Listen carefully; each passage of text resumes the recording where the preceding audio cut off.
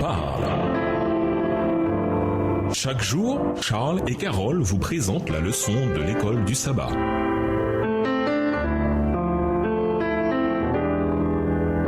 Bienvenue dans votre émission Dieu nous parle. Nous voilà à la leçon de jeudi, des centres de convivialité contagieuse. Comparez les références bibliques sur l'hospitalité avec des incidents réels survenus dans le foyer de plusieurs familles bibliques énumérées ci-dessous. Ésaïe 58, les versets 6, 7, 10 à 12, Romains 12, le verset 13 et 1 Pierre 4, le verset 9. Notez les qualités d'hospitalité qui sont manifestées. Abraham et Sarah, Genèse 18, les versets 1 à 8, Rebecca et sa famille, Genèse 24, les versets 15 à 20 et 31 à 33 et Zachée, Luc 19, les versets 1 à 9.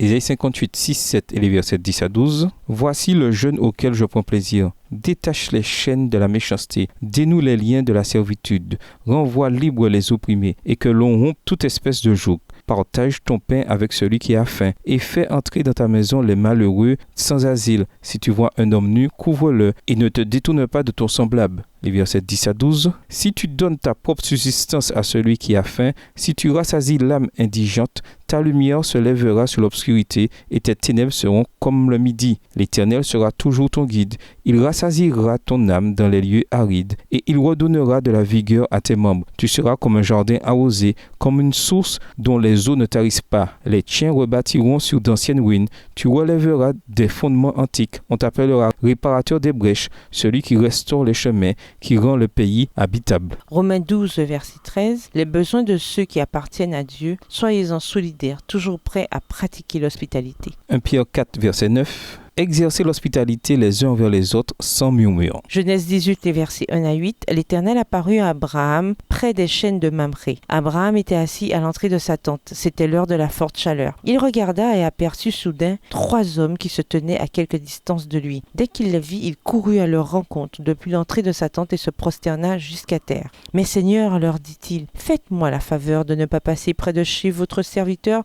sans vous arrêter. Permettez-moi d'aller chercher un peu d'eau pour que vous laviez les pieds. Puis, vous vous reposerez là sous cet arbre. Je vous apporterai un morceau de pain et vous reprendrez des forces avant de poursuivre votre chemin puisque vous êtes passé si près de chez votre serviteur. » Ils répondirent, « Très bien, fais comme tu as dit. » Abraham se dépêcha d'entrer dans sa tente et de dire à Sarah, « Pétris vite 3 mesures de fleur de farine et fais-en des galettes. » Puis il courut au troupeau et choisit un veau gras à la chair bien tendre. Il l'amena à un serviteur qui se hâta de l'apprêter. Il prit du fromage et du lait avec la viande qu'il avait fait apprêter et les apporta aux 3 hommes. Abraham se tint auprès d'eux pendant qu'ils mangeaient sous l'arbre. Genèse 24, versets 15 à 20 et 31 à 33. Il n'avait pas encore fini de parler que sortit sa couche sur l'épaule Rebecca, née de Bethuel, fils de Milca, femme de Nachor, frère d'Abraham. C'était une jeune fille très belle de figure. Elle était vierge et aucun homme ne l'avait connue. Elle descendit à la source, remplit sa couche et remonta. Le serviteur courut au-devant d'elle et dit, « Laisse-moi boire, je te prie, un peu d'eau de ta couche. » Elle répondit, « Bois, mon Seigneur. »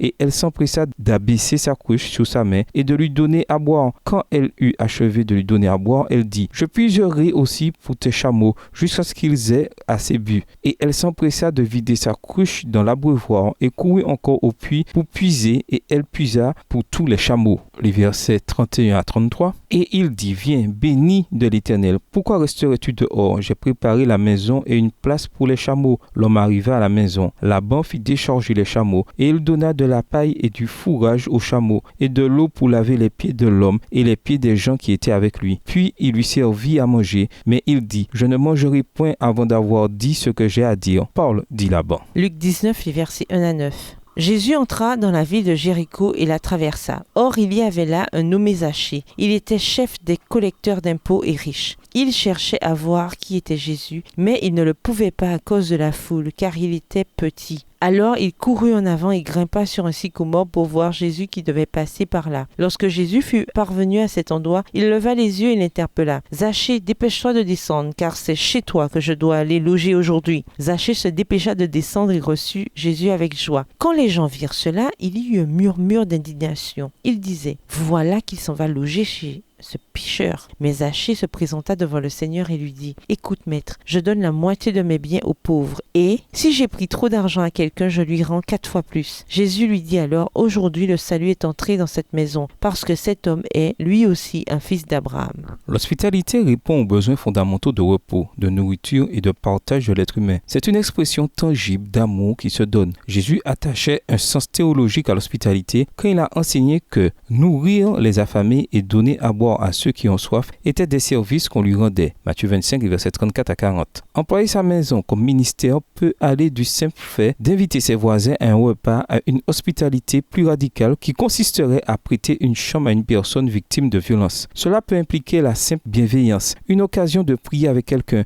ou bien de mener des études bibliques. La véritable hospitalité découle du cœur de ceux qui ont été touchés par l'amour de Dieu et qui veulent exprimer leur amour en parole et en acte. Les familles se plaignent parfois de manquer de place, de temps et ou d'énergie pour offrir l'hospitalité. D'autres se sentent mal à l'aise, incapables et mal assurés de devoir aller au-delà de ce qu'ils connaissent pour fréquenter des incroyants. Certains aimeraient éviter les désagréments qui pourraient survenir dans leur vie s'ils s'impliquaient auprès d'autres personnes. Beaucoup de familles contemporaines confondent être hospitalier et recevoir du monde. De quelle manière votre maison reflète-t-elle votre propre condition spirituelle? Et nous vous laissons avec la question du jour. Comment pouvez-vous garder la parole de Dieu au cœur de vos activités quotidiennes? Au revoir. Et à demain si Dieu veut.